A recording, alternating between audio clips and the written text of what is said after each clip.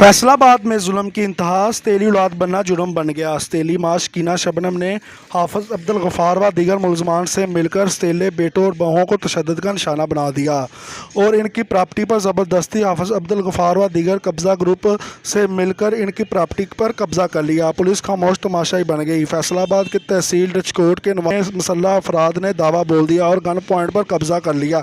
अहले इलाका ने आकर जान बख्शी करवाई, जिस पर मोहम्मद साक के बेटे मोहम्मद रज़ाक ने मुतलका थाने में दरख्वास्त भी दे दी। इसके बावजूद पुलिस कोई कार्रवाई नहीं कर रही, जबकि पुलिस भी मुलजमान के साथ मिली हुई है। दूसरी जानब अहले खाना का कहना है कि मुलजम शकीना शबनम पर पहले भी धोखाधड़ी और फ्रॉड का मुकदमा दर्ज है और थाना रजकोट के DSP व दीगर पुलिस एहलकार अदालत में केस होने के बावजूद मुदाखलत कर रही है और मुलजमों के साथ मिलकर जान से मारने की धमकियां दे रही हैं। मुसल्लह अफराद का पुलिस के साथ मिलकर कब्ज़ा करना मामूल बन गया है। गरीब की जमा पूंजी से बनाई हुई प्रॉपर्टी पर कब्ज़ा